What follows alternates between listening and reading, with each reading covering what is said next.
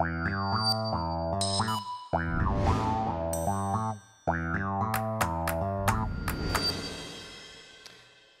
bonsoir. Alors chères toutes et tous, bienvenue à l'Université Paris-Dauphine, à la conférence annuelle du Master 222, qui se tient chaque année à la mi-mars, un jeudi soir. Un jeudi soir, pourquoi? Parce que nos étudiants sont apprentis et donc sont à l'université les jeudis et vendredis uniquement, et en entreprise du lundi au mercredi. Je suis Marie-Aude Laguna, je suis enseignante-chercheuse à l'Université Paris-Dauphine en finance et je suis responsable du Master 222.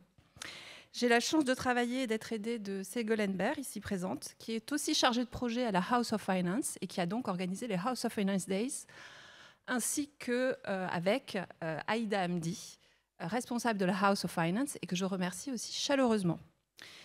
Bien sûr, mes remerciements vont aux étudiantes organisateurs de la conférence, donc à Fatim, à Arnaud, à Maël et à Nathan et à Victor, ici présents. Bravo pour le travail réalisé ces derniers mois et ces dernières semaines. Paradoxalement, alors que la gestion d'actifs a été un des secteurs les plus touchés, les plus réglementés en raison de la transition écologique, en réalité, nous n'avions pas organisé de conférence annuelle sur le sujet. Il se trouve qu'en 2020, nous devions organiser une conférence. Elle avait été annulée en raison du premier confinement qui s'était tenu. Donc, il était temps de se rattraper. Donc, merci à vous pour le choix du sujet. A fortiori, aujourd'hui, dans le contexte actuel, avec l'avantage de pouvoir faire, dans un sens, le bilan de la réglementation de ces dernières années, qui a été certes très coûteuse pour le secteur de la gestion d'actifs, mais qui probablement l'a aussi redynamisé. Important aussi dans un contexte de hausse des taux et, comme indiqué par le titre de la conférence, de vent contraire, qui des États-Unis institutionnalise des mouvements anti-ESG, des courants très conservateurs, et où l'attachement aussi au pétrole est extrêmement fort. Beaucoup de conférences académiques, de séminaires de recherche sont organisés depuis plusieurs années à Dauphine sur ces questions-là. Et dans un sens, je dois dire qu'à Dauphine, finalement, nous avons donné assez peu la parole aux spécialistes du secteur de la gestion d'actifs, experts sur ces sujets. Donc c'est l'occasion ce soir. C'est pourquoi je tiens chaleureusement à remercier tous nos intervenants qui ont accepté l'invitation de nos étudiants, aux étudiants bien entendu du 222, et je vous souhaite à tous et à toutes une excellente conférence.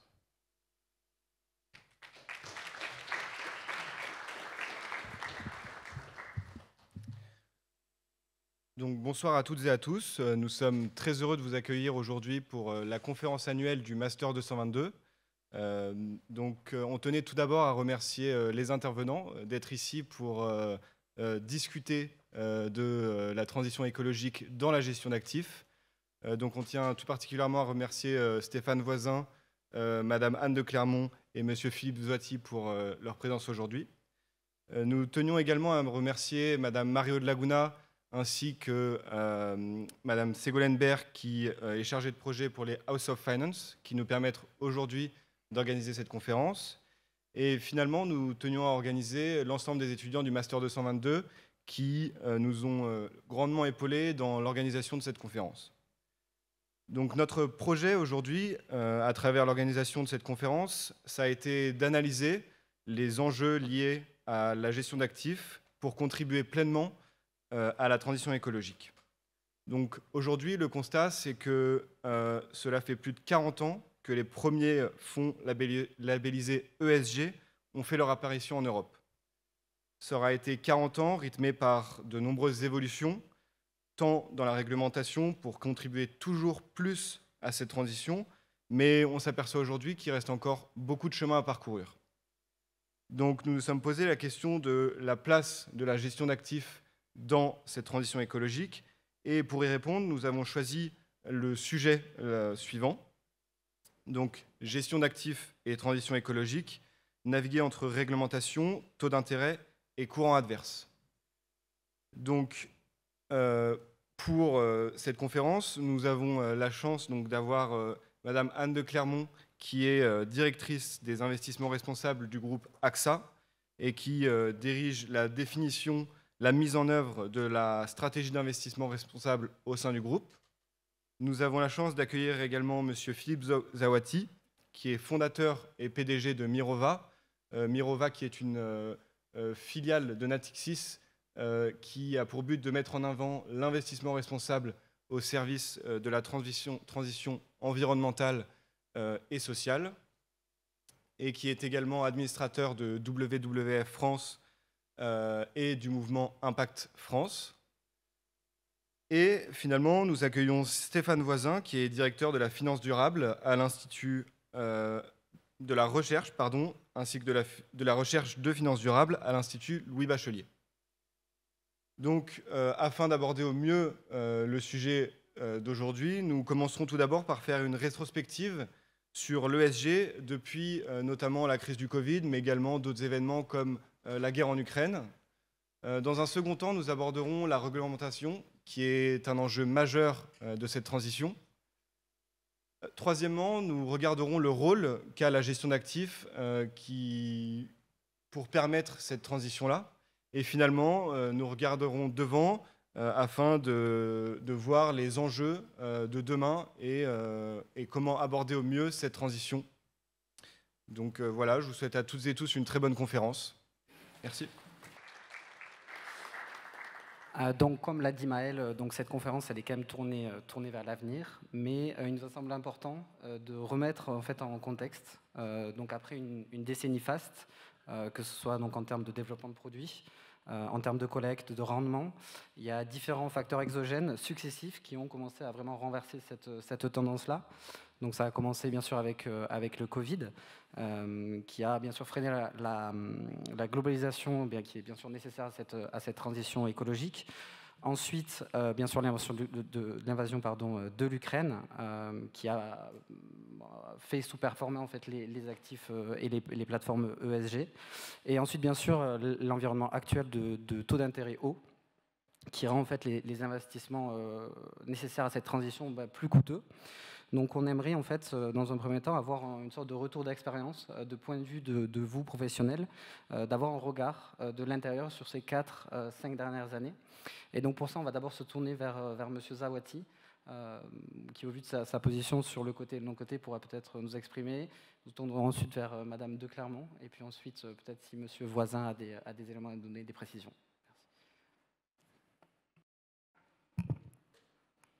Bonjour à tous. Merci beaucoup de l'invitation d'abord. Je suis ravi d'être là et surtout avec la forte représentation des étudiants du Master 222 chez Mirova cette année. Donc merci à vous de venir, de votre intérêt pour tout ça. Je ne vais pas revenir en détail. Enfin, la période Covid, paradoxalement, a été la période la plus favorable, en fait, la plus extraordinaire pour la finance durable et l'ESG. On a connu pendant, il faut bien le dire, pendant 2-3 ans, une période que j'aime appeler la période romantique de la finance durable. Et donc, entre 2020 et 2022, nous, par exemple, chez Mirova, entre 2019 et 2022, on a doublé de taille. Et c'était un petit peu la même chose, je pense, pour un certain nombre d'acteurs de la finance durable pendant cette période-là. On a eu un moment où, alors, indépendamment du fait que tout le monde rêvait à un monde meilleur, et en se disant que la sortie du Covid, ça serait le monde d'après, ça serait complètement différent d'avant. Au-delà de ça, on a eu une période où, effectivement, les questions environnementales et sociales ont été au devant de la scène et qu'il était extrêmement difficile, même pour ceux qui étaient opposés, et je pense qu'il y en avait, sauf qu'on ne les entendait pas. Ils restaient tranquillement tapis à l'ombre en attendant des jours meilleurs. Et on a connu pendant cette période-là, effectivement, un moment où partout on parlait d'ESG, qu'il était extrêmement difficile de dire qu'on était un asset manager et qu'on n'intégrait pas les critères environnementaux et sociaux. On parlait d'investissement à impact dans tous les sens. Et accessoirement, en plus de ça, il se trouve que les marchés, évidemment, sont allés dans le même sens et ont été extrêmement favorables, et notamment sur tout ce qui est environnement. Les actions du secteur de l'environnement ont connu une croissance extraordinaire qui fait que, eh bien, on est rentré dans un cercle un peu vertueux où les performances des fonds des fonds ESG, des fonds environnement ont été excellentes, ont surperformé assez massivement les indices, et donc ça a attiré beaucoup d'argent. Et on s'est dit que cet argent-là venait parce que tout le monde était intéressé par les sujets environnementaux et sociaux, sauf que la réalité, c'est quand même que l'argent est venu parce qu'il y a eu beaucoup de surperformance financière. Enfin, il ne faut quand même pas se leurrer. Donc on a eu cette phase-là, et cette phase s'est effectivement brutalement inversée au début au moment de la guerre en Ukraine, au début de 2022.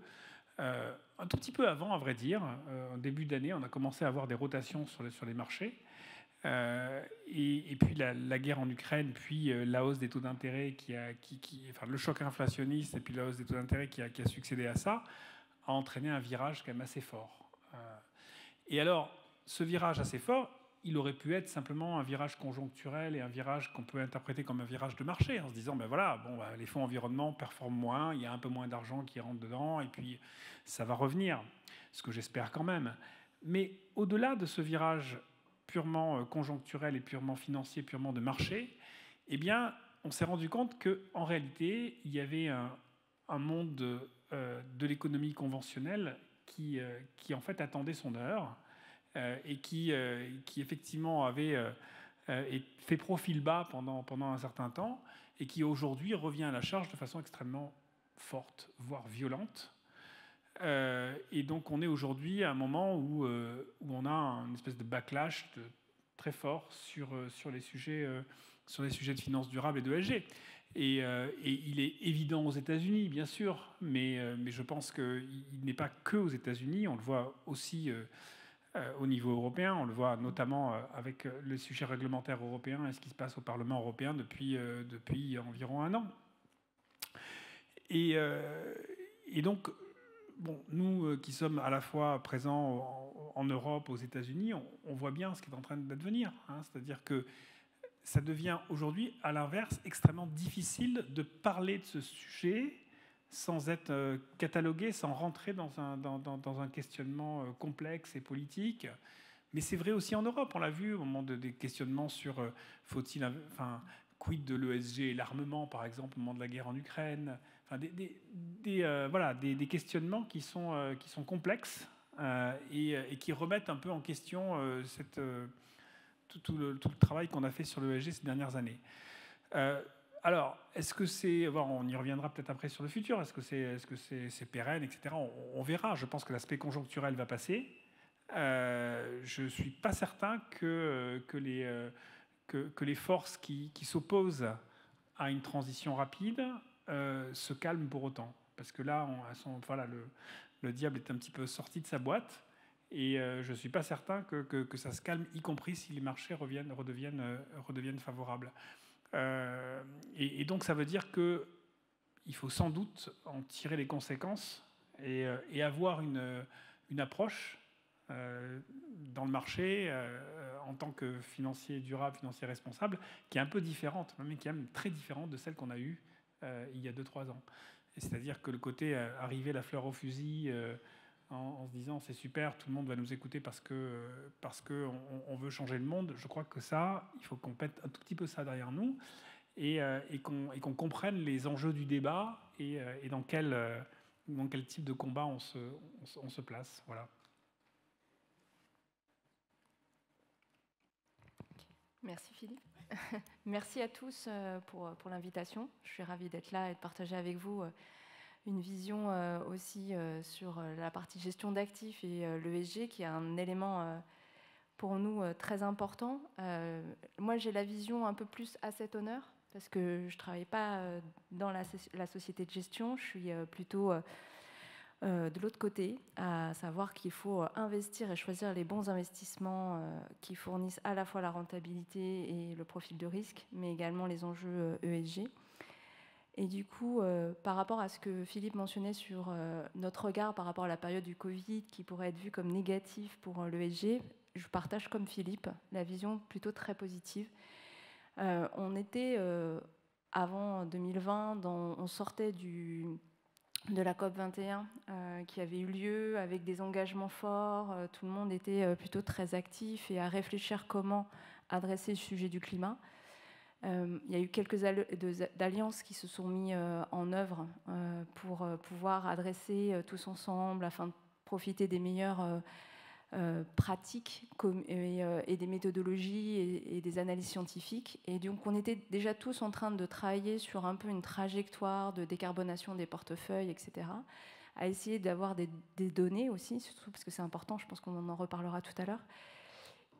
Et en fait, l'arrivée du Covid a en effet peut-être bloqué l'aspect de globalisation des thématiques ESG, mais a surtout bloqué tous les transports. Et du coup, on a eu une baisse d'émissions de carbone drastique, qui a eu un effet excessivement positif sur la baisse de nos émissions de carbone au sein des portefeuilles. Et ça a été, voilà, je pense que tous les acteurs dans le marché ne s'attendaient pas à ce qu'on ait une baisse aussi forte. Il y a eu également, de ce que moi j'ai constaté, aussi une remise en question par rapport justement à la société qui devenait vulnérable par rapport à un effet comme le Covid. Donc ils se sont dit que, enfin, je pense qu'il y a eu une prise de conscience que des événements externes pouvaient jouer sur la société et l'économie dans son ensemble. Et donc la prise de conscience des changements climatiques a eu aussi un impact positif sur l'approche ESG et sur les initiatives lancées à la fois dans les gestions d'actifs avec des produits, où on était dans des taux quand même extrêmement bas, donc attractifs pour aller sur la dette privée, enfin sur le marché du privé. Et aussi, il y a eu donc avec cette prise de conscience aussi de un peu recentraliser aussi des productions, donc avec une réflexion de comment éviter autant de transport, etc. Et donc une prise de conscience comment on peut aussi adresser les enjeux de ESG au sein des entreprises. Donc je pense que le Covid a eu ses effets assez positifs sur l'aspect environnemental. Après, on a eu la crise de l'Ukraine, qui pour moi a été assez révélateur, notamment en Europe, sur l'autonomie énergétique qu'il fallait absolument que l'Europe prenne conscience a voulu recentraliser et un peu couper ce flux qu'ils avaient notamment via la Russie. Et du coup, ils ont annoncé un plan de transition énergétique, donc pour faire face à la crise énergétique, mais aussi accélérer aussi leur réflexion sur la transition énergétique. Donc à vouloir doubler les énergies renouvelables, réduire la consommation énergétique. Donc je crois que ça a baissé de 20%, etc. Donc il y a eu ce projet de transition énergétique, je crois qu'il s'appelle REPower EU, quelque chose comme ça. Et donc ça a eu un effet très positif dans toute la partie innovation pour l'énergie, sur les lancements de projets, de financement. Et donc là-dessus, ça a été aussi assez porteur pour les enjeux environnementaux et comment adresser ça. Et je pense qu'il y a eu un effet aussi ricochet. Progressivement, on a vu que tous les autres pays étaient en train d'annoncer des programmes de transition énergétique assez ambitieux. Donc on a eu le Inflation Rate Act aux US, même si on en reparlera sur le conflit entre l'US et l'euro, mais au niveau notamment de la réglementation, mais on a aussi vu ça au Japon, on a vu dans plein d'autres pays, et donc pour nous qui sommes asset owners, donc sur des investissements un peu partout dans le monde, ça permet de pouvoir aussi localement avoir des opportunités d'investissement non seulement en Europe, mais aussi à l'étranger. Donc je dirais que je verrais plutôt les choses positivement sur ces différents événements qui ne sont pas toujours positifs. Aujourd'hui, on est plus sujet, comme le mentionnait Philippe, sur un peu plus un retour à la réalité où il y avait un peu cette euphorie ESG où tout le monde en parlait, tout le monde avait des ambitions, on y va, il y a plein de produits qui se lancent. On a effectivement le sujet aux US, mais on a aussi les effets de greenwashing qui sont quand même assez persistants. On compte beaucoup sur la réglementation pour nous aider là-dessus, pour pouvoir apporter de la cohérence et de la consistance dans toutes les méthodologies. Et je dirais que on a un rappel aujourd'hui où on a beaucoup de réglementations qui arrivent.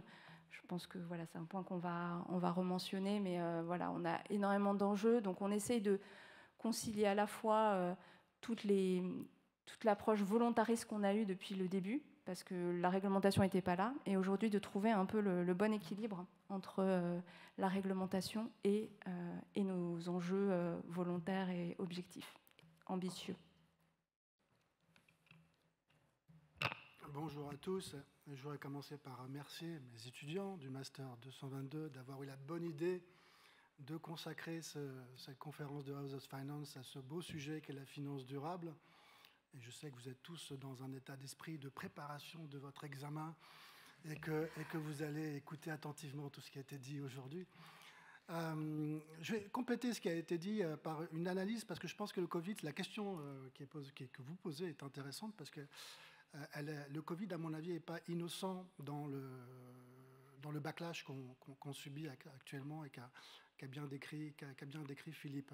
Je pense qu'effectivement, on a vécu une période assez euphorique et presque plus que romantique, lyrique, pendant ces 3 années de Covid.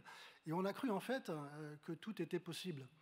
Le fameux « quoi qu'il en coûte » qu'on a appliqué au Covid, beaucoup d'écologistes et de spécialistes environnementaux se sont dit, bah voilà, puisqu'on peut tout régler et qu'on peut tout financer, finalement, on va pouvoir enfin financer, et que les États sont prêts à se mobiliser, à accepter, et les gens sont prêts à accepter les pires privations possibles, et ben on va pouvoir enfin régler la question climatique et y consacrer énormément de ressources et de financement.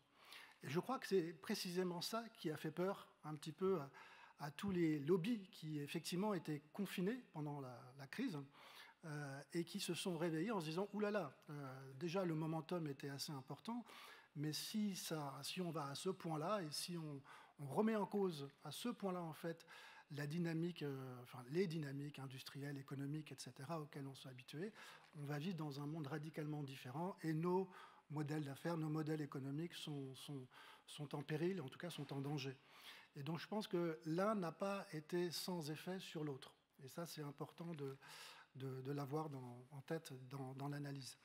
Ensuite, bon, je pense qu'on a le backlash, il se traite aussi, enfin, je l'ai dit, les lobbying étaient confinés d'une certaine façon, c'est ce que disait Philippe, et qu'on a eu un momentum, effectivement, qui venait de la COP, mais surtout du plan d'action en Europe, du plan d'action finance durable de la Commission européenne, qui a commencé en 2018 et qui finalement n'a pas trouvé vraiment de contrepoids. En fait, moi, je me souviens des experts de la DG Climat, la Commission, qui m'ont montré l'ensemble du plan d'action. Ça faisait, je crois, 1800 pages.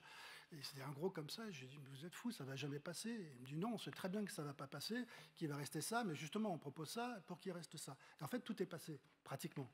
À 95%, tout est passé, ce qui n'était pas le scénario voulu, mais le Covid a largement aidé à ça. Et du coup, c'est aussi normal que derrière, quelque part, il y ait eu un mouvement de retour. Voilà, je voulais simplement vous donner ce petit complément d'analyse, et ensuite, sur l'avenir, on y reviendra tout à l'heure. Alors moi, j'ai juste une petite question. C'est plus sur quelle est la structure ou quelle est la maturité de la réglementation sur la finance durable. Donc avant le Covid, qu'est-ce qu'on avait vraiment comme réglementation déjà là? Et là, au jour d'aujourd'hui, qu'est-ce qu'on a qui existe? Et du coup, quels sont les enjeux qu'aura la réglementation comme enjeu majeur sur la transition écologique? Philippe est bien placé puisqu'il était dans le High Level Expert Group qui a en partie, pour prendre un bon mot français, designé cette réglementation européenne. Moi, je pense qu'il y a un vrai avant et un après. Un avant, tout était permis, enfin tout était volontaire. Et en fait, la réglementation, elle signe principalement pour moi la fin d'un régime volontaire où tout le monde pouvait se déclarer vert comme il voulait, tout le monde pouvait se déclarer, là je parle du côté aussi des investisseurs comme du côté des entreprises, tout le monde pouvait se déclarer durable comme il le voulait. Il y avait quelques obligations de reporting, de transparence. Mais en gros, on pouvait définir ce qui était vert, ce qui était durable, et évidemment, ça donnait lieu à plus de greenwashing que maintenant. Donc d'ailleurs, on revoit dans pratiquement toutes les pages, en tout cas tous les chapitres de la réglementation européenne, dans les premiers paragraphes, on voit toujours apparaître le mot greenwashing. Donc ça veut bien dire que c'était un leitmotiv un petit peu implicite à cette réglementation.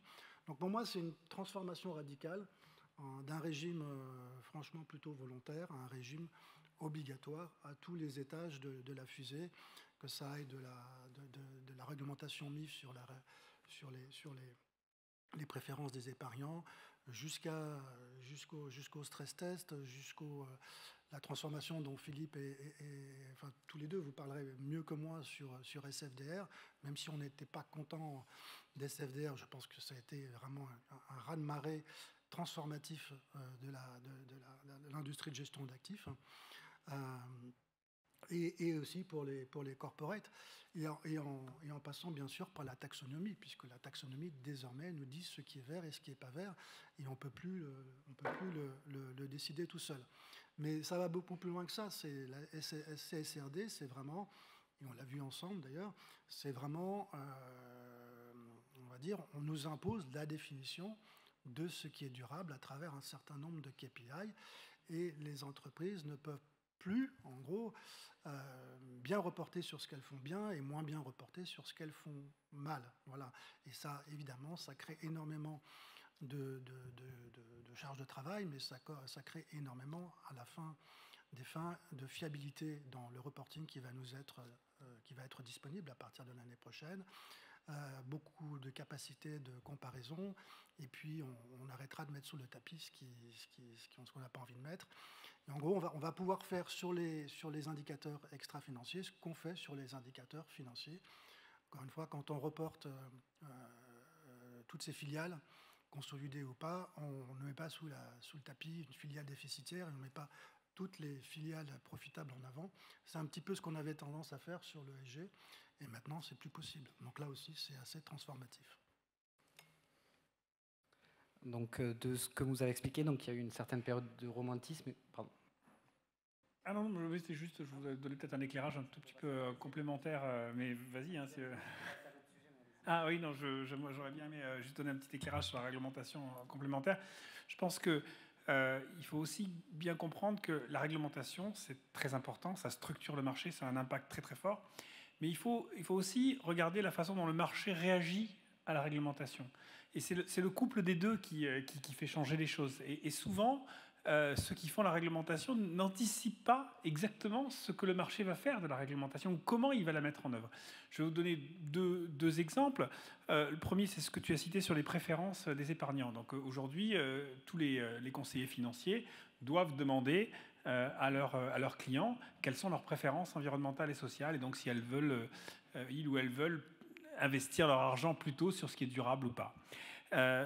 Aujourd'hui, dans certaines banques que je ne nommerai pas, mais que je connais bien, ce processus est encore manuel. C'est-à-dire que en fait, chaque conseiller demande à son client, et c'est lui qui rentre à l'intérieur de son système les préférences environnementales et sociales. Résultat des courses, évidemment, c'est très contraignant parce que, en fonction de ce qui rentre, ça lui rajoute des contraintes sur la construction de son portefeuille. Tout ça n'est pas automatisé. Et eh bien, on se rend compte que, tiens, il n'y a que 30% des épargnants qui qui souhaitent avoir des produits durables. Et puis alors là, d'un coup, on automatise le processus. Et donc, on dit au client de dire ce qu'il veut. Et puis, automatiquement, tout est automatisé sur les choix de fonds d'investissement qui lui sont proposés. Et là, miracle, 70% des clients décident d'investir durablement. Donc ça pour vous dire qu'avec la même règle, et donc la même directive, la même réglementation, on aboutit à deux résultats complètement différents selon l'implémentation, selon la façon dont c'est mis en œuvre. Et très souvent, il y a ce manque de suivi en réalité de la part des autorités, des gouvernants et des régulateurs sur aller jusqu'au ce qu'on appelle le dernier kilomètre en fait, de la réglementation, et il est extrêmement important. Le deuxième exemple qui est évident, c'est SFDR. SFDR, la Commission fait une directive sur le reporting en se disant, bon, on va faire un truc assez logique. On va demander de reporter plus à ceux qui promettent plus. Donc, plus vous dites que vous êtes durable, et plus on va vous demander de faire du reporting. Donc, si vous dites que vous faites rien, vous êtes article 6, on vous demande pas grand-chose. Si vous dites que vous faites un peu, vous êtes article 8, et on vous demande un peu plus. Et puis, si vous dites que vous faites beaucoup, on va vous demander encore plus, et vous êtes article 9. Et à aucun moment, la Commission ne s'est dit ça va être une classification des fonds. Parce que sinon, s'ils avaient voulu faire une classification des fonds, enfin, ils sont un peu pervers quelquefois, mais ils n'auraient quand même pas appelé ça article 6, article 8, article 9. Au moins, ils auraient fait 7, 8, 9, à la limite. Et en fait, c'est le marché qui a réagi. Le marché s'est emparé de cette directive et s'est dit, mais en fait, on n'a pas de classification aujourd'hui dans le marché. Eh bien, en voilà une, et on va l'utiliser comme classification. Et du coup, le régulateur se retrouve devant une situation qu'il n'a pas prévue et du coup, qui va nécessiter une étape suivante d'ajustement. Et donc, je crois que la réglementation doit être pensée de plus en plus par les régulateurs et les pouvoirs publics comme ça, comme du test and learn, comme du back and forth, pour aller utiliser des mots en anglais. C'est-à-dire, on y va, on met quelque chose sur le marché, mais on regarde ce que le marché en fait, et ensuite on ajuste pour aller vers l'objectif qu'on s'est fixé.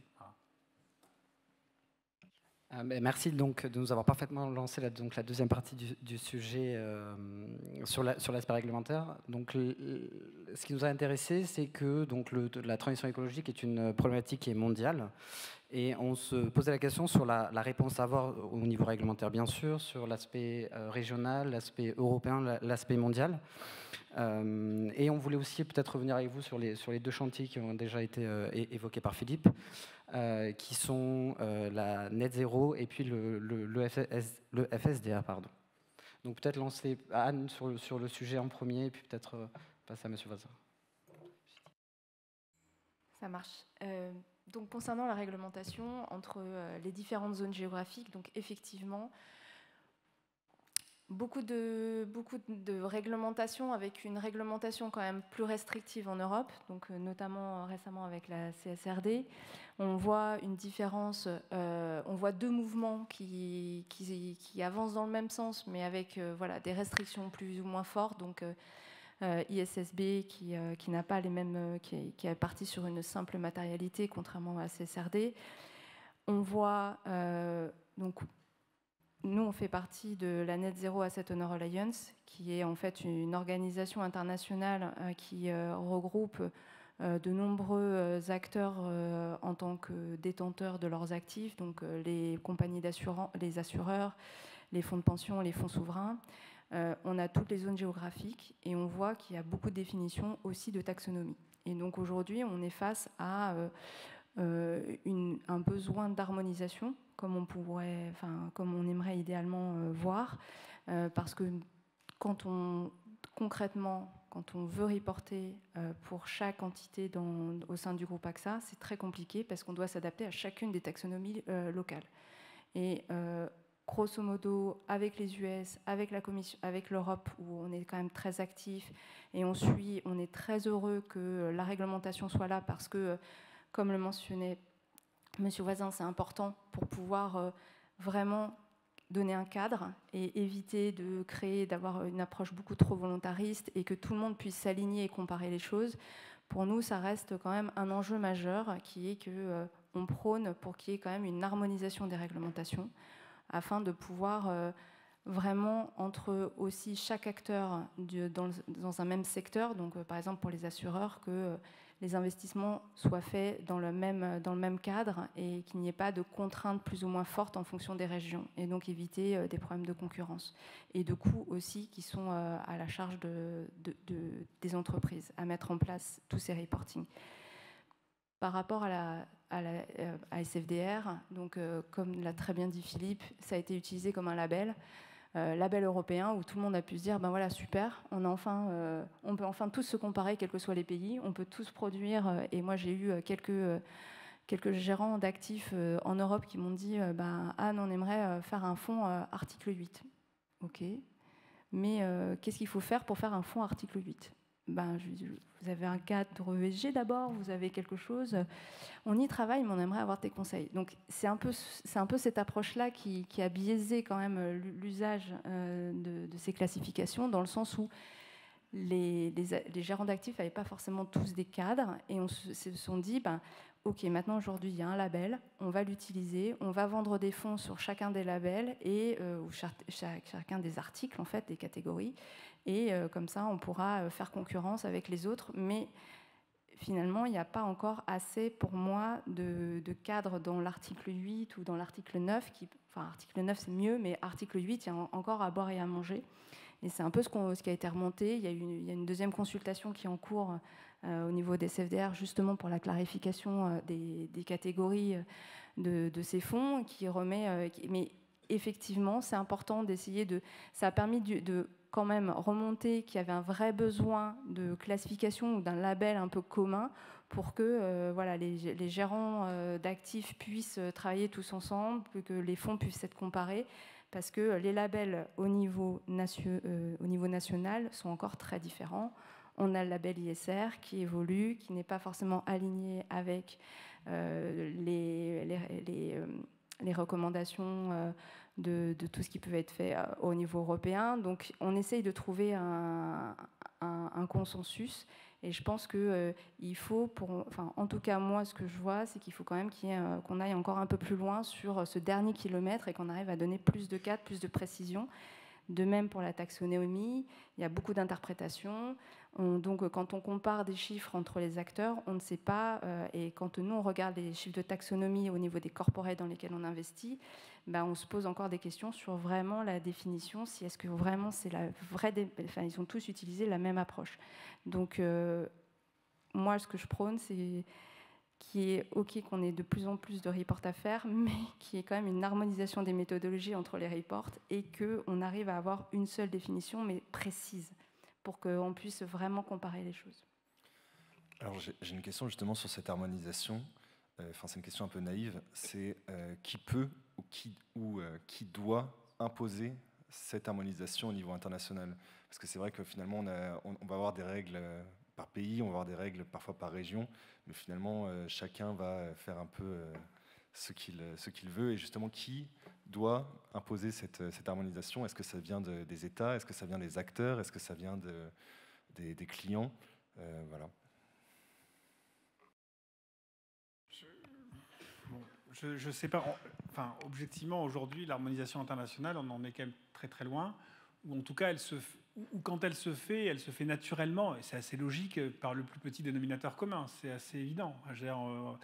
Si on se dit on veut harmoniser au plus haut, ça ne va pas se faire. Donc, par exemple, typiquement sur le reporting extra-financier des entreprises, vous voyez bien que le plus petit dénominateur commun, c'est plutôt l'ISSB que la CSRD. Hein. Et donc, s'il y a une harmonisation internationale, elle se fera à ce niveau-là. Est-ce que c'est une mauvaise chose? Non. Enfin, je pense que c'est déjà bien d'avoir une harmonisation au plus petit dénominateur commun, à condition que ceux qui sont les plus avancés, et notamment l'Europe, continuent à être en avance et continuent à garder de l'avance et n'abandonnent pas et ne se rangent pas derrière le plus petit dénominateur commun. Et c'est, je crois, ce qui a été bien fait avec la CSRD. Je pense qu'on peut quand même s'en féliciter. Quand je veux dire, la Commission européenne a tenu dans une situation assez complexe quand même, avec des pressions extrêmement fortes de la part des entreprises, et pas seulement des entreprises américaines, parce que souvent on dit ISSB c'est les Américains, CSRD c'est les Européens. Ça c'est une vision assez réductrice de la situation. Hein. La réalité c'est que les grandes entreprises européennes, beaucoup d'entre elles ont milité pour ISSB contre CSRD. Hein. Vous prenez le courrier que la FEP a envoyé à la Commission, c'est un courrier clairement anti-CSRD. Donc voilà. Donc moi, je crois qu'il faut qu'on soit dans un monde. J'ai du mal à croire à l'harmonisation totale, etc. On peut se la fixer comme un espoir, comme un objectif, mais j'ai aussi une crainte que si on pousse trop vers l'harmonisation, on ait tendance à avoir l'ambition la plus basse. Typiquement, vous savez, il y a beaucoup d'entreprises, typiquement sur CSRD, ISSB, qui avaient ce plaidoyer, ce discours en disant bah oui, mais nous, vous comprenez, on ne peut pas faire de reporting, donc il nous en faut un seul, donc dites-nous lequel. Je veux dire, il faut quand même pas être sorti du master de Dauphine pour comprendre que en fait elles avaient fait leur choix et qu'elles voulaient le moins de 10 ans. Donc voilà, essayons de combiner ce côté. Il y a des pionniers, il y a des gens qui vont de l'avant, il y a des gens qui veulent aller plus loin, et on crante au fur et à mesure sur un certain nombre de règles internationales. Je pense qu'il y a un deuxième élément, effectivement, au-delà du plus petit dénominateur commun, qui est l'avance logique qu'a, en gros, un standard quand il est imposé et quand il est contraignant. Ça, c'est au moins un avantage qu'a la Commission européenne, c'est que ce qu'elle met en place est totalement contraignant. Et donc, ça, à partir du moment, notamment sur CSRD, il y a 53 000 normalement entreprises qui sont concernées, ça va quand même faire un précédent, quoi. Et ça va contraindre les filiales européennes des entreprises internationales sont également concernées, même s'il y en a quelques-unes qui ont déjà annoncé qu'ils ne voulaient pas se conformer, ce qui est quand même assez incroyable. Mais c'est aussi un avantage très clair. Après, je suis totalement d'accord avec Philippe. Le risque de tout ça, c'est de diluer. Et on le voit avec SFDR aussi, parce que la conséquence de tout ça, c'est un énorme mainstreaming de la finance durable ou de la durabilité au niveau des corporates. Donc tout le monde doit le faire. Avant, il y avait des acteurs un petit peu pionniers comme l'était Mirova, quelques fonds ISR, etc. Aujourd'hui, tout le monde sur le marché, et quand même, en tout cas en Europe, est obligé de se poser la question: comment j'intègre la durabilité dans ma stratégie d'investissement, qu'est-ce que ça veut dire, etc. Franchement, c'était une grande nouveauté pour beaucoup. Il y en a même un certain nombre qui ne comprenaient même pas la question, il faut être honnête. Donc ça a été vraiment transformatif de ce point de vue-là, mais avec quand même le risque et le danger que toutes les pratiques se diluent finalement, et que ceux qui avaient des marqueurs forts, il y en avait beaucoup, que ce soit du côté des investisseurs comme du côté des corporates, voient ces marqueurs se diluer en fait dans ces obligations réglementaires. Donc il faut avoir ça à l'esprit, parce que je pense qu'effectivement c'est un vrai risque. Merci. Est-ce qu'il y a des questions parmi les étudiants justement sur ce thème de la réglementation? Est-ce que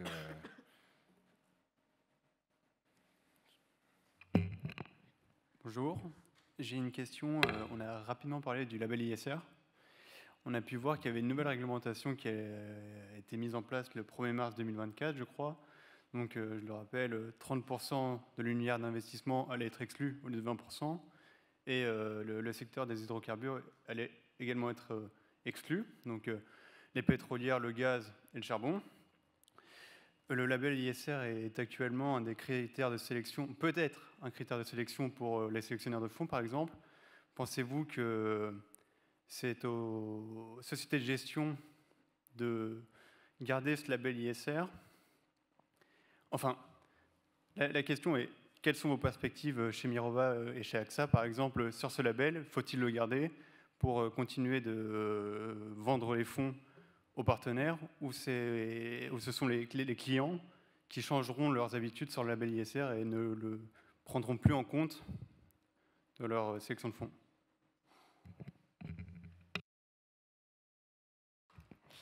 Alors, concernant le label ISR, oui, il y a une vraie réflexion qui est en cours. Je pense que tous les gérants d'actifs sont en train, sur la place française, regarder, analyser, puisque c'est déjà comprendre un peu quels sont les impacts, et aussi il y a l'effet d'annonce, et il y a aussi après les détails. Donc on attend encore des précisions qui sont en cours. En tout cas, il y a la volonté de pouvoir continuer à proposer une offre qui corresponde au label ISR. Aujourd'hui, c'est vraiment en cours de réflexion, et ça vient de sortir, donc on ne peut pas forcément vous donner les résultats qu'on a, parce que c'est en revue, mais il y a une vraie réflexion avec cette volonté qu'on a bien compris du label ISR, et donc on essaye d'ajuster au mieux. Alors bon, je me suis tellement exprimé sur ce sujet du label ISR, ça m'a valu de me fâcher à peu près avec la moitié, une bonne moitié des membres du comité. Donc je peux continuer. Il y a 40% des fonds à peu près qui ont des fossiles aujourd'hui dans leur portefeuille. 40% des fonds labellisés qui ont des fossiles. Donc ce sera intéressant de voir effectivement comment ils vont réagir. Donc est-ce qu'ils vont décider de retirer les fossiles de leur portefeuille pour garder le label, ou est-ce qu'ils vont décider de se retirer du label? Donc ça, c'est intéressant à voir. déjà, d'un point de vue un peu pour comprendre. Là encore, c'est un peu ce que je disais, l'aller-retour entre le marché et la réglementation, c'est pareil avec les labels. Hein. Le label change, comment le marché réagit. Après, pour être honnête, je pense que je ne suis pas convaincu que l'évolution qui a été proposée du label permette de réellement refaire de ce label un outil vraiment déterminant et fort du marché. Je pense que il ne l'est pas aujourd'hui, hein, de fait. Enfin, c'est un label. J'avais effectivement, un journaliste avait repris une de mes phrases en titre en disant, j'avais dit que le label était en mort clinique. Et c'est vrai que depuis quelques années, il ne sert plus à rien parce que tout le monde peut l'avoir facilement. Hein, il n'y avait pas vraiment, il était très peu discriminant. Est-ce qu'il va le devenir là? Oui, un petit peu, mais avec un biais quand même très fort sur les fossiles. Sur le reste, le passage de 20 à 30% reste dans une logique best-in-class qui est un peu datée, qui est plus trop vraiment l'évolution qu'a connue la finance durable ces dernières années. Donc il reste quand même un peu anachronique sur cette partie-là. Et puis il y a quand même des choix qui n'ont pas été faits. Par exemple, aujourd'hui, une très grosse partie des fonds labellisés sont des fonds monétaires, par exemple, ce qui n'a à peu près pas de sens. Il n'y a pas eu ce choix de dire on arrête, on supprime les fonds monétaires du label. Donc je crois et puis par ailleurs, le lien n'a pas été fait avec la réglementation européenne. C'est-à-dire qu'on ne sait pas très bien aujourd'hui si ce label-là, il correspond avec un article 8 ou un article 9. Est-ce qu'il a vocation à labelliser plutôt que des fonds article 9 ou pas? Cette réflexion-là, elle n'a pas été menée jusqu'au bout. Donc voilà, donc vous savez, avec d'autres, avec le FIR notamment, hein, on militait pour un label, pour qu'il y ait un label à plusieurs niveaux, pour qu'on structure quelque chose d'un peu plus avec différents niveaux qui correspondent plus ou moins à la réglementation européenne. C'est pas le choix qui a été fait, donc on verra ce que ça va donner. Juste un point là-dessus, c'est que du côté de l'autre label Greenfin, même s'il n'a pas la même portée, l'harmonisation que mentionne Philippe a été faite. Pratiquement aujourd'hui, le label Greenfin en France, c'est la compatibilité avec la taxonomie européenne. Ce qui n'est pas une mauvaise chose, je trouve, voilà, parce qu'on peut se demander finalement à quoi ça sert dans le monde aujourd'hui d'avoir un label franco-français. Donc de ce côté-là, il est fait, effectivement, ça crée un peu d'appel d'air sur les autres labels. Merci de nous avoir permis de développer avec vous les problématiques réglementaires. Donc, on a vu qu'il y avait donc différentes initiatives, différentes tendances des deux côtés de l'Atlantique. On comprend bien que cette harmonisation sera quelque chose qui sera très long terme, mais il se trouve que la transition écologique, c'est un problème d'aujourd'hui. Et donc, en fait, sur la troisième partie, on aimerait se demander quelle est la place en fait, de l'asset management dans le financement de cette transition, que ce soit sur la partie côté non coté, que ce soit aussi sur l'onboarding des clients, qui était un élément qui a été aussi amené. On aimerait ici se poser comme question, dans cet effort général qui regroupe le public et le privé, quelle est la place de l'asset management au niveau de la mise à profit en fait, des capitaux. Peut-être à Philippe en premier, peut-être s'il doit... Le rôle de la gestion d'actifs dans la transition écologique, c'est un vaste sujet quand même. On pourrait y passer quelques heures. Ce qui est sûr, c'est qu'aujourd'hui, il y a des besoins en investissement qui sont considérables partout.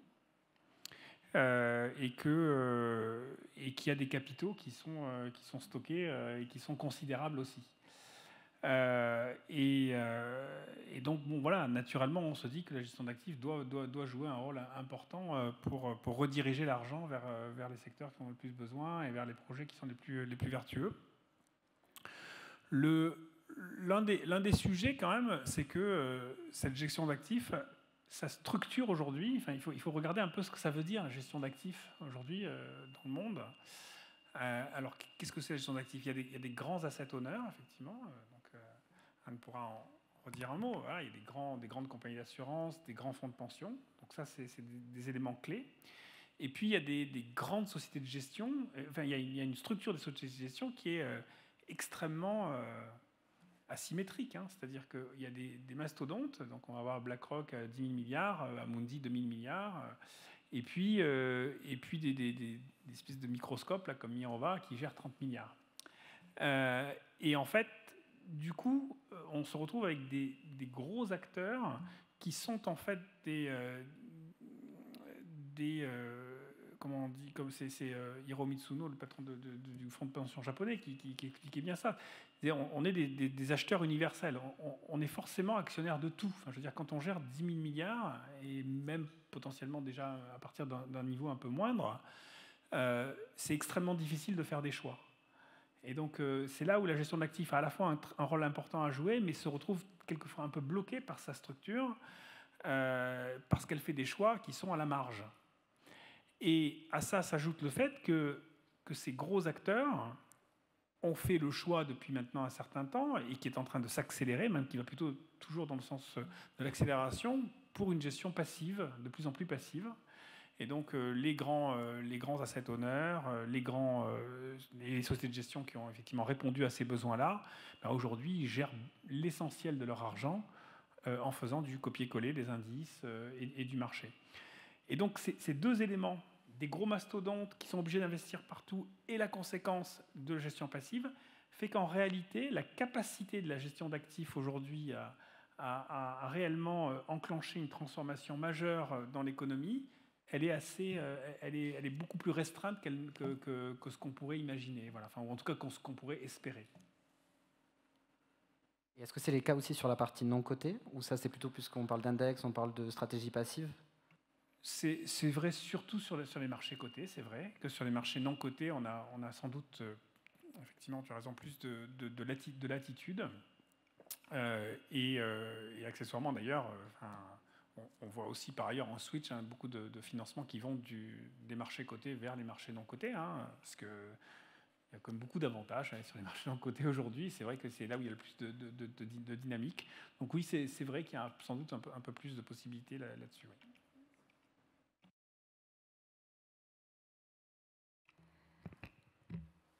Concernant la transition écologique, donc oui, en tant qu'asset owner, on a en plus nous une balance sheet qui fait à peu près 460 milliards d'euros. Et donc c'est vrai qu'on est investi dans toutes les classes d'actifs qui existent. Donc on doit diversifier notre profil de risque. On a des contraintes aussi réglementaires au niveau de l'assurance. Et c'est vrai qu'on va essayer d'adresser le sujet de la transition écologique dans différentes approches. On a des objectifs de réduction d'émissions de carbone dans notre portefeuille. On a aussi des ambitions de financer la transition, et on reçoit beaucoup l'information publiquement, comme quoi les institutions financières doivent financer la transition, c'est important, etc. Donc oui, on est présent.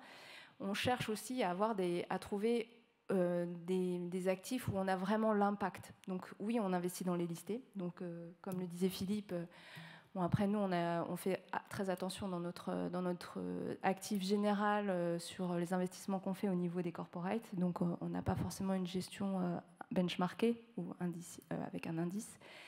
Mais on est très vigilant, on contribue, bien sûr on participe aux émissions, à acheter les émissions d'obligations vertes, sustainable et autres. Après, c'est vrai que le marché privé est un marché qui pour nous parle beaucoup, parce qu'en fait on peut, via les investissements, il y a des thématiques sur lesquelles on peut vraiment adresser. Donc c'est beaucoup plus ciblé que juste acheter une obligation verte pour financer la société listée dans sa transition. Bien sûr, on va le faire, c'est important.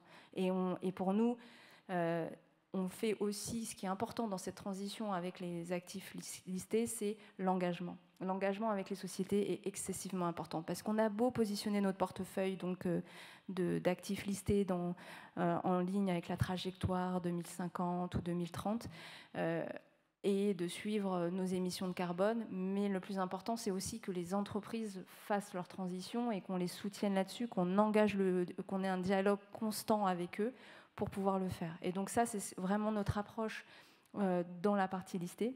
Et pour la partie privée, c'est vraiment, on a la capacité de financer directement des projets ou via des fonds qui ont vraiment les thématiques pour faire cette transition-là. Et ça, c'est ce qui nous intéresse. C'est pour ça que On essaye aussi, via l'immobilier, de financer en fait les transitions énergétiques des buildings. On essaye d'être acteur dans toutes les classes d'actifs dans lesquelles on peut. Mais là où on a le plus d'impact, en tout cas, alors après, dans une taille malheureusement moins importante que ce qu'on peut faire dans le listé, puisqu'on a des contraintes réglementaires, mais c'est très important pour nous de vraiment adresser, on a la capacité d'adresser plus fort le sujet sur la partie privée. Très rapidement, je pense qu'on a besoin d'argent frais, c'est très clair. Nous dit le NGFS jusqu'à 9 trilliards de dollars par an. Donc l'argent frais, on va plutôt le trouver en dehors des marchés cotés, donc sur la dette et puis sur le private equity. Donc c'est là où on attend un petit peu l'additionnalité. Et après, c'est vrai qu'il y a moi je suis toujours un peu perplexe face à ce double phénomène, à la fois de nécessité de diversification que décrivait Philippe, mais en même temps de cette formidable concentration qu'on a. On a la diversification d'un côté, et puis ensuite on a la concentration. En gros, on prend les 600 premières sociétés de gestion françaises, elles achètent à peu près les mêmes 600 valeurs. Donc, à un moment donné, comment on sort de ça, et ça c'est un beau sujet de recherche à part entière, comment on sort de ces deux extrêmes pour essayer justement d'aller créer des flux vers le financement de la transition écologique. Merci pour cette intervention. On a parlé précédemment du manque, de la dichotomie entre la vision des réglementations et la vision des gérants d'actifs, par exemple, du marché financier en général. Est-ce que vous pourriez nous donner un peu plus d'éclairage sur le rôle actif que pourraient jouer les gérants au niveau du secteur public, en fait? Et qu'est-ce que vous pourriez nous donner un peu plus de détails sur le besoin de collaboration entre le secteur privé et le secteur public, de manière générale? Alors, je ne sais pas comment il faut prendre exactement la question. Moi, je suis toujours un très grand défenseur des partenariats publics-privés, donc notamment dans la gestion d'actifs. Je pense qu'il y a un très gros besoin de coordonner l'action des pouvoirs publics, des investisseurs publics et des investisseurs privés. Aujourd'hui, ça se fait, mais ça ne se fait pas de façon très naturelle, en fait. Alors, il y a des schémas, ce qu'on appelle, tout le champ de ce qu'on appelle la blended finance, c'est-à-dire de l'innovation financière qui consiste à utiliser, à mixer de l'argent public et de l'argent privé pour notamment rediriger des investissements vers des endroits où l'argent privé ne va pas naturellement, typiquement des actifs qui sont trop risqués ou pas assez rentables pour attirer de l'argent privé, pardon. Donc c'est ce qu'on fait par exemple dans tout ce qui est investissement dans l'agroécologie dans les pays en développement ou dans la transition énergétique dans les pays du Sud également. Naturellement, aujourd'hui, d'ailleurs, c'est un des gros problèmes aujourd'hui quand même de la transition, hein, c'est que l'argent, il reste, les grands investisseurs du Nord gardent leur argent au Nord. Hein, il n'y a pas de transfert aujourd'hui, c'est minime les transferts qui vont vers les pays du Sud. Et donc ça, c'est un des moyens, donc mixer argent public et argent privé.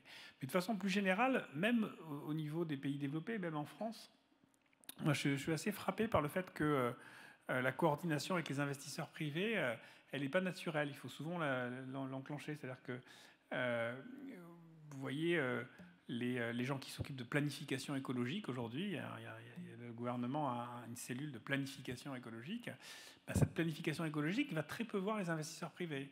Ils font des grands plans pour savoir vers où il faut mettre l'argent.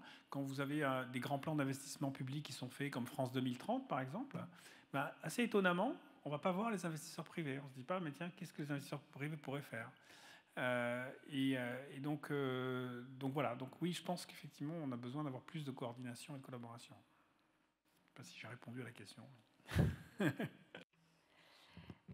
Je compléterai ce que dit Philippe. Il y a eu quelques exemples, notamment au moment du Covid en France, où il y a eu des prêts qui ont été lancés par le gouvernement, via le Trésor, en demandant la coopération des entreprises. Donc il y a des petites choses, mais c'est par rapport à des thèmes assez précis.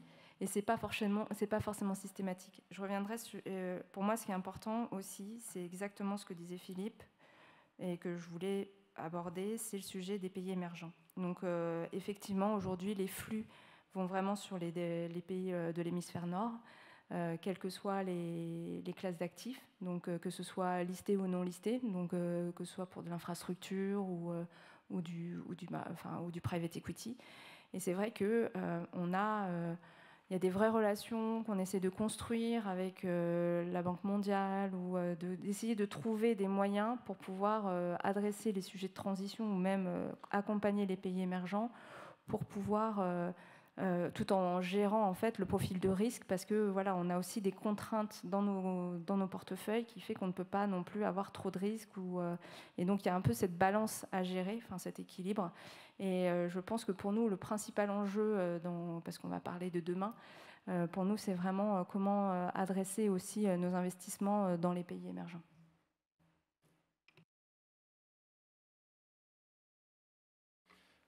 Est-ce que les étudiants ont des questions justement sur cette partie, sur le rôle de la gestion d'actifs sur la transition écologique?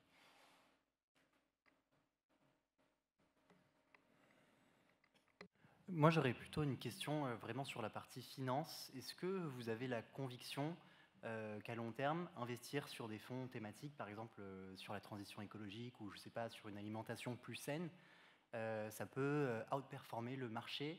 Et si oui, à quel horizon? Ah, on atteint le point Godwin de toute discussion sur la finance durable. Merci pour la question. Franchement, la réponse, elle est pas facile à faire. Et elle dépend aussi beaucoup, encore une fois, des montants qu'on a à investir. Franchement, aujourd'hui, investir 30 milliards en ayant des règles extrêmement strictes et une motivation et un engagement extrêmement fort pour la transition, c'est tout à fait possible en faisant de la performance financière au même niveau que les autres. Après, le faire avec 10 000 milliards, je ne suis pas convaincu que ça soit possible de la même façon. Aujourd'hui, sur la transition, franchement, vous voyez bien, l'économie est quand même en train de bouger de façon assez massive. Et une grande partie des innovations qu'on voit apparaître sont des innovations qui sont liées à la transition écologique. Et donc, les opportunités d'investissement, et quand je dis opportunités d'investissement, c'est des opportunités d'investissement extrêmement rentables et extrêmement profitables, sont massives sur la transition écologique, que ce soit dans le domaine des énergies renouvelables, de l'efficacité énergétique, de la mobilité, des nouveaux fuels, enfin j'en passe et des meilleurs. Enfin, il y a un champ d'investissement qui est absolument énorme. C'est évidemment beaucoup plus difficile quand on parle des enjeux, de certains enjeux sociaux. Là, pour le coup, il peut y avoir effectivement des distorsions des incompatibilités quelquefois entre les atteintes d'objectifs sociaux ou sociétaux et la performance financière. Donc voilà, après, il y a ensuite la question des marchés listés et de la bourse. Et ça, moi qui suis dans la gestion d'actifs depuis longtemps, en fait, ça va, ça vient. Des fois, ça monte, des fois, ça baisse. Et donc, on a connu, comme je vous l'ai dit, un moment extrêmement favorable en 2020. On a surperformé, les fonds ESG ont largement surperformé. Ils ont sous-performé là, notamment dû à la baisse des taux, et notamment parce que les énergies renouvelables sont des valeurs de croissance avec une très forte visibilité long terme. Et donc, évidemment, l'impact d'une hausse des taux sur des business avec une très forte visibilité long terme est beaucoup plus importante que sur des business hyper court terme, comme notamment les fossiles. Et donc, on a des effets qui sont des effets de marché. Quand on regarde sur longue période, même sur le sujet des fossiles, si vous regardez sur 10 ans, 15 ans, 20 ans, ne pas être investi sur les producteurs de fossiles a un impact relativement faible sur la performance d'un portefeuille. Donc voilà, il n'y a pas de réponse oui-non à ça. Moi, je crois plus, nous, ce qu'on vend depuis toujours, en tout cas chez Mirova, c'est de dire que l'important, c'est surtout l'expertise qu'on y met. Oui, on peut faire de la performance sur les sujets de la transition énergétique, à condition d'y investir du temps, des jus de cerveau et de l'expertise. Et là, comme tous les autres sujets, quand on comprend bien ces enjeux-là, on peut les traduire en performance économique et financière.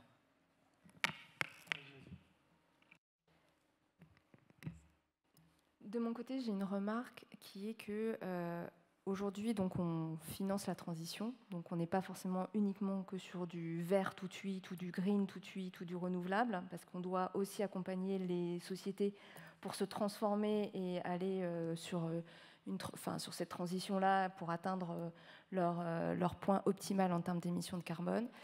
Je dirais que par contre, on sent bien que avec les réglementations, les restrictions, aussi les trajectoires qu'on se donne, parce que pour l'instant, on a commencé à notre ABC, mais d'année en année, en fait, on va se retrouver à être coincé pour pouvoir aboutir à nos objectifs, de devoir mettre des actifs de côté ou des entreprises de côté qui ne suivront pas le jeu, en fait, parce qu'on n'aura pas le choix. On a une forte pression donc, au niveau des institutions financières de financer cette transition. Donc pour l'instant, on nous dit, voilà, vous accompagnez, vous soutenez, c'est pas grave si vous avez encore des sociétés qui émettent beaucoup d'émissions de carbone, mais vous avez des plans, vous devez définir un plan, notamment la CSRD, on va définir un plan de transition, on définit un plan de transition, toutes les sociétés doivent le faire. Donc du coup, en fait, à un moment donné, si les entreprises ne rentrent pas dans le jeu, elles vont être mises de côté. Donc il y aura forcément, à un moment donné, une convergence où finalement les gens vont aller plus facilement et donc il y aura plus de performance pour les sociétés, je pense, qui auront ce critère-là sur la transition. Effectivement, sur le sujet social, c'est un autre enjeu. Alors pour compléter ce qu'il avait dit, je crois qu'il faut avoir en tête, quand on investit dans ce segment, que l'effet de concentration dont je parlais tout à l'heure, il est démultiplié. Parce que, comme tu le disais, en gros, si on revient à l'exposition taxonomique, il y a très peu de valeurs qui sont, en gros, éligibles à la taxonomie. Tout le monde veut être vert, donc tout le monde va avoir un effet de concentration, voire de bulle sur les valeurs vertes. Et du coup, effectivement, ça monte et ça crée de la volatilité. La concentration crée de la volatilité. Et donc, je pense qu'il faut être 2 fois plus méfiant parce qu'on est beaucoup plus vulnérable à la volatilité de marché, qui est en plus accentuée par les questions de liquidité, etc. Donc, c'est un segment où il faut être d'autant plus prudent, je pense. Avant donc d'embrayer sur la 4e partie de notre conférence, qui sont les enjeux de demain, je me joins à l'équipe d'organisation pour remercier M. Zawati, qui doit malheureusement, qui a une obligation, qui doit nous quitter. Voilà, donc merci beaucoup pour votre temps et vos éclairages. Après, désolé.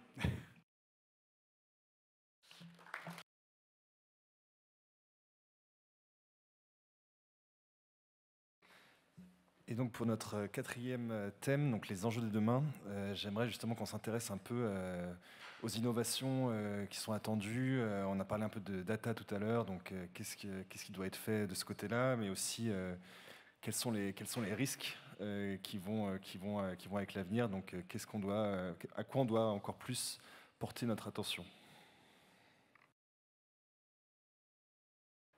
Alors, je vais commencer sur le sujet de la data. Donc, la data est un vrai sujet aujourd'hui, puisque on doit faire énormément de reporting et puis aussi pouvoir mesurer ce qu'on fait.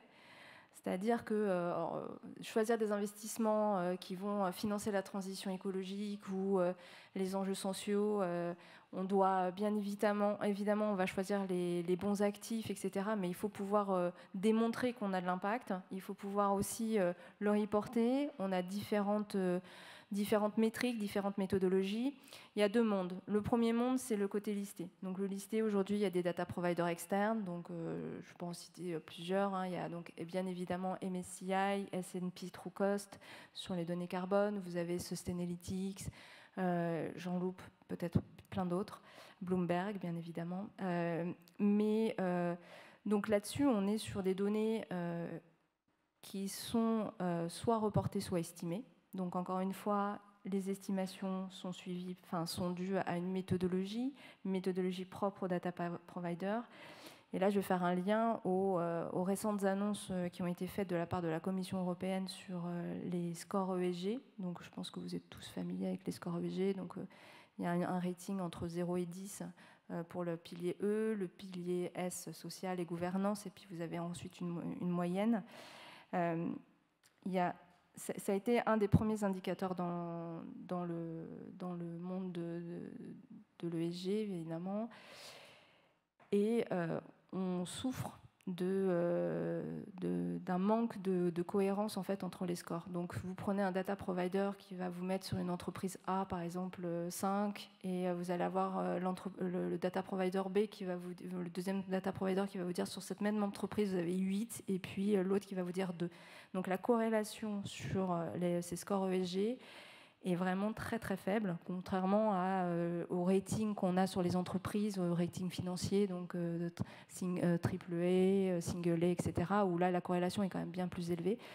Donc il a été bien identifié qu'il y avait, d'une part un peu différentes approches, avec un manque de transparence de la part des data providers sur la communication de ces informations.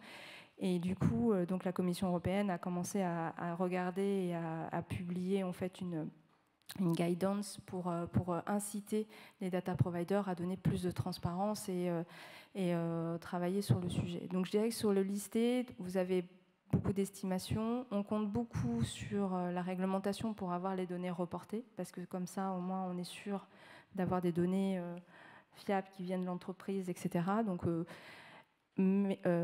c'est hyper positif. On utilise des données estimées également. On avance sur le listé. Le sujet, c'est sur toute la partie privée. Donc Philippe est parti, mais sur la partie actif privé. Donc on n'est évidemment pas du tout sur cette même approche. Il y a beaucoup de travail en cours. On engage beaucoup avec les asset managers pour avoir des données sur des informations assez essentielles nécessaires pour suivre nos enjeux environnementaux. Et donc ça, c'est pour nous, c'est le sujet. Donc il y a plusieurs thématiques autour des données. On cherche à fiabiliser le plus possible, à avoir le plus de transparence possible des data providers pour pouvoir vraiment mesurer comme il faut nos métriques.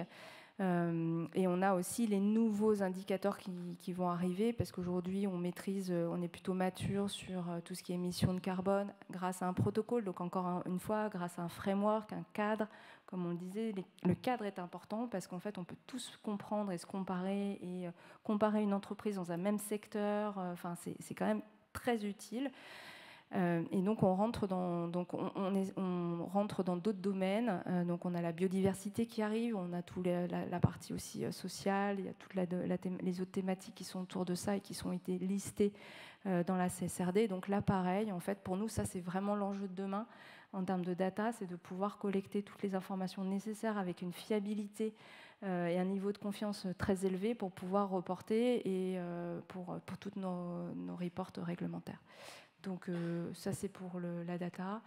En termes d'enjeux, pour nous, c'est de continuer et transformer l'essai sur la décarbonation de notre portefeuille, malgré les conditions de marché, malgré l'environnement, où on a quand même pas mal de backlash, notamment aux US.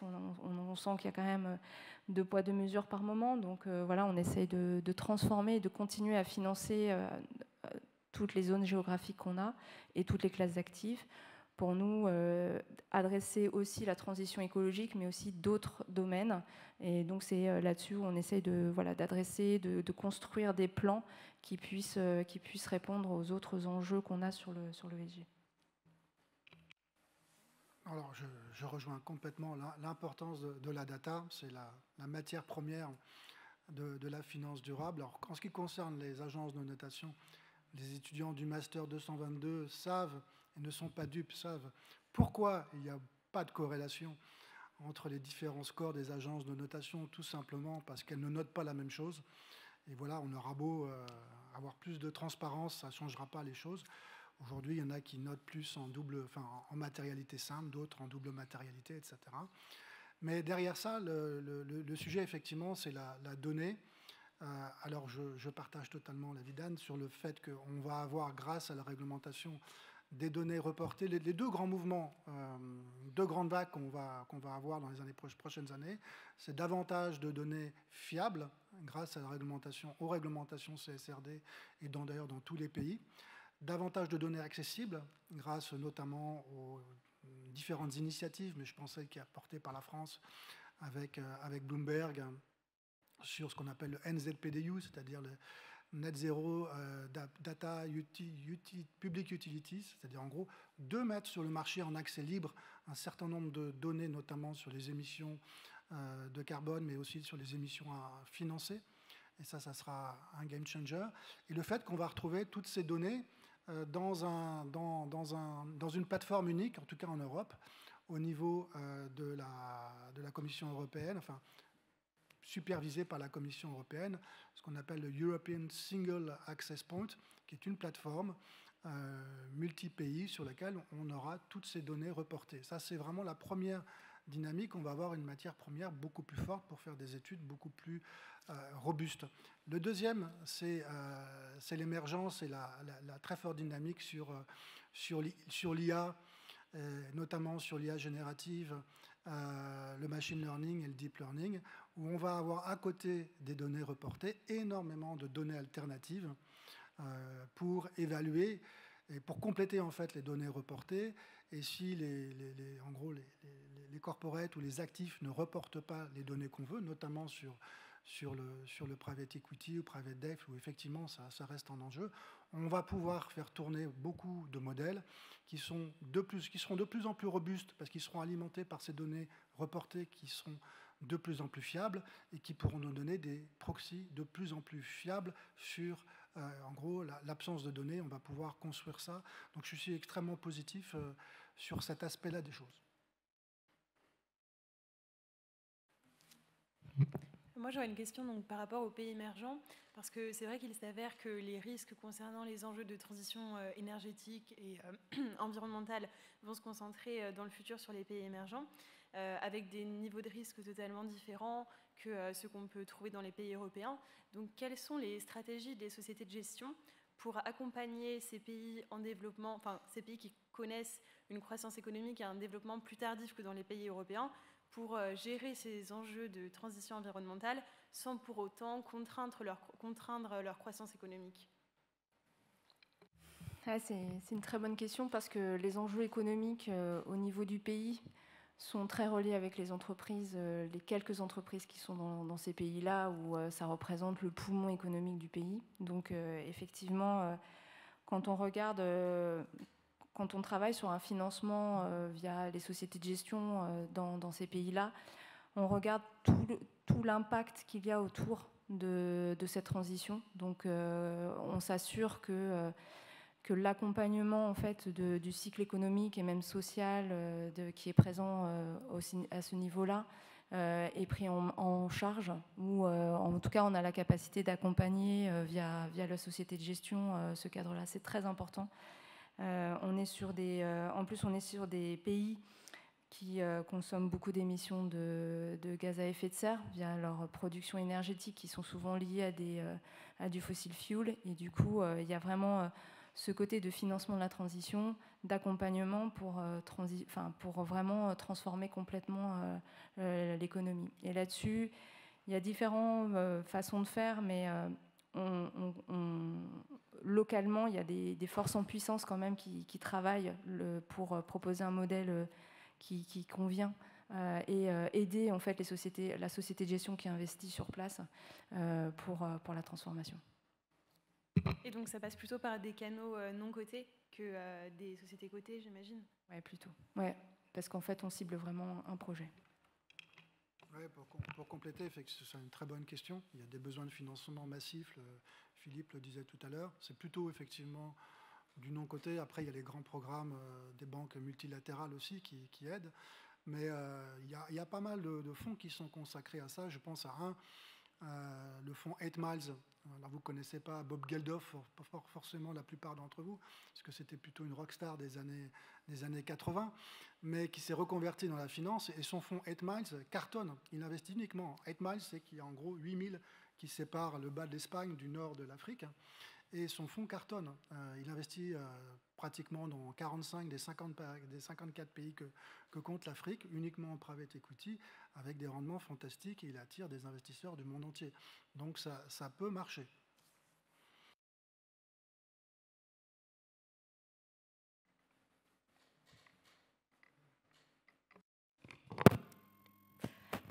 Est-ce que le fait que les États-Unis du coup se désolidarisent du financement de l'ESG, ça rapporte du coup un enjeu supplémentaire pour les sociétés de gestion d'actifs européennes ou qui, elles, en tout cas, comment vous l'abordez, vous, ça? Alors, il y a 2 points. Pour moi, par rapport aux US, c'est leur financement de la transition. Donc, est-ce que ça a un impact pour eux par rapport au backlash et le comportement des sociétés de gestion. Moi, ce que je vois, mais comme vous tous, je pense que c'est le fait que les sociétés de gestion ont une vraie pression locale là-bas pour éviter de mentionner le terme ESG, etc. Donc, oui, on voit qu'il y a une baisse de communication sur ce sujet-là. Par contre, une chose qui est sûre, parce que j'en ai discuté vraiment avec plusieurs entrepreneurs là-bas et acteurs importants sur la transition écologique, c'est que ça reste un débat politique, uniquement politique, et que dans le pays, il y a vraiment cette transformation qui se fait. Enfin, il y a du financement, ils construisent des éoliennes, ils font vraiment ils travaillent sur leur transition écologique, et notamment... je ne veux pas dire de bêtises, mais je crois que c'est le Texas qui est le plus gros constructeur d'infrastructures renouvelables. Et vraiment, les acteurs sont très actifs localement quand on regarde en détail. Et ça reste très, très actif et porteur.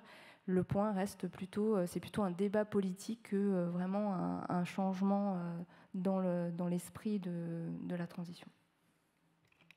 Je suis d'accord, il faut faire attention à la question. Ce n'est pas vraiment une désolidarisation, c'est plutôt en fait une idéologisation du sujet, donc qui devient effectivement politique, et qui ne touche uniquement que la partie contribution ou impact. Attention, tout le discours de BlackRock sur on intègre l'ESG parce que c'est bon pour la responsabilité, le fiduciary duty, il n'a pas changé.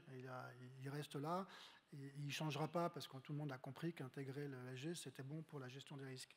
En revanche, effectivement, parler de net zéro, parler de choses comme ça, c'est beaucoup plus délicat parce que la démonstration du bénéfice en termes de risque n'est pas du tout faite. Donc il y a vraiment ces 2 aspects. Et derrière, les États-Unis, quand même, ont leur plan Inflation Reduction Act, qui est quand même l'équivalent du Green Deal puissance, je ne vais pas dire puissance 2, mais quand même plus puissant que le Green Deal, qui favorise évidemment les acteurs américains, mais qui est un formidable moteur sur toutes les industries vertes aux États-Unis. Donc, je dirais, ils sont quand même à fond la caisse, mais il faut éviter là-bas d'idéologiser le sujet et de parler en gros, de sauver la planète, c'est tout.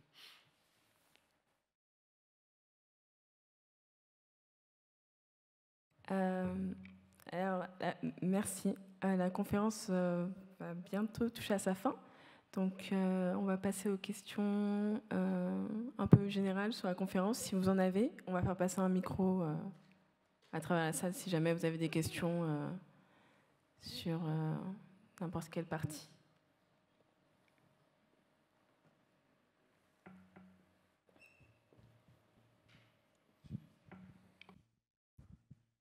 Bonjour, merci beaucoup. J'avais une question notamment sur les actifs listés. Vous avez mentionné tout à l'heure l'importance de réaliser des dialogues d'engagement avec les entreprises.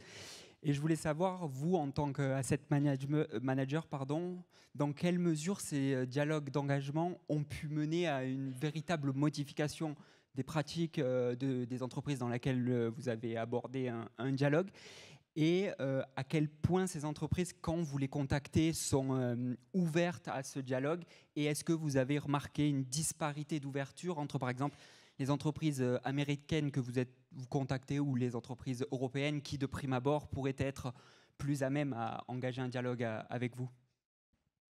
Merci pour la question. L'engagement, c'est excessivement important. On a noté que depuis qu'on fait de l'engagement et qu'on a ce dialogue récurrent et régulier avec les grandes entreprises listées, on voit qu'aujourd'hui le discours est, ils sont moins surpris de nous voir arriver avec des questions et prennent de plus en plus conscience des enjeux qui peuvent se poser sur la table par rapport aux investissements qu'on peut faire.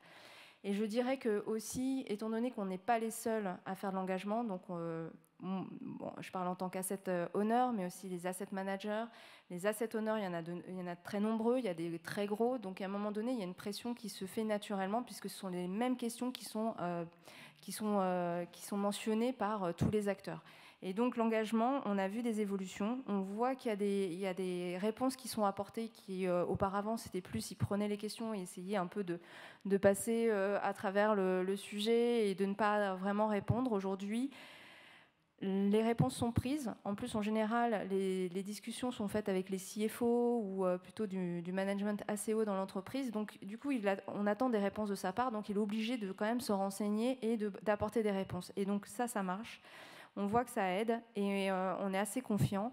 On continue de maintenir le rythme. Je pense que c'est excessivement important que tout le monde le fasse. Et on voit progressivement qu'il y a aussi, par rapport à des enjeux, ou quand on leur explique nos ambitions, etc., ils disent « Ok, bon, bah, voilà, on a cette trajectoire-là, mais on veut accélérer. » Donc, ils sont plus transparents aussi sur ce qu'ils sont en train de faire et ils essayent de nous convaincre de rester en fait dans leurs investissements en tant qu'investisseurs.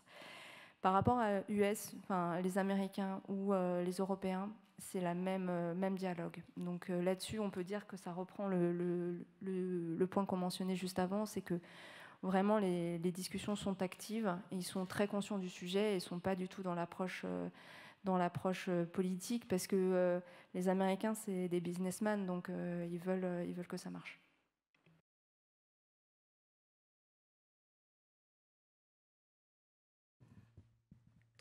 Je vous remercie.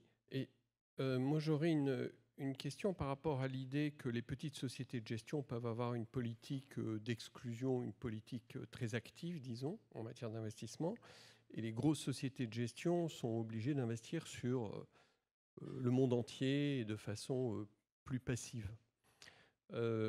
Cependant, à ce moment-là, les grosses sociétés de gestion peuvent avoir une politique de vote ou éventuellement d'engagement qui peut être extrêmement active.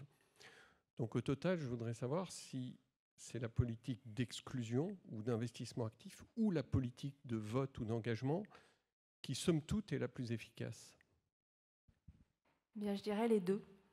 Parce que justement, même si on est bien sûr que les petites sociétés peuvent plus intervenir et avoir une approche plus fine en fait, de leur politique d'exclusion, néanmoins, de notre côté aussi, c'est important d'avoir aussi une politique d'exclusion pour montrer notre vision sur un sujet. Et l'engagement via le vote est excessivement important. Donc on agit sur ces deux aspects-là qui pour nous sont très importants. Donc à la fois la politique d'exclusion et également sur l'engagement, donc à la fois via les réunions qu'on a dédiées avec le management, mais également via les votes lors des assemblées générales.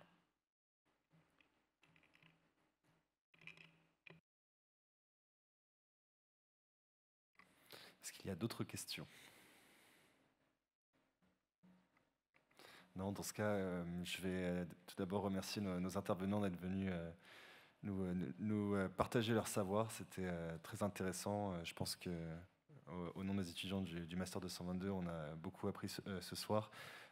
C'est venu compléter justement le cours qu'on a déjà avec Monsieur Voisin, mais ça a apporté justement une vision peut-être un peu plus orientée, donc avec un peu plus orientée gestion d'actifs avec Monsieur Zawati et un peu plus orienté asset owner avec Madame de Clermont. Et donc voilà, je voulais vous remercier.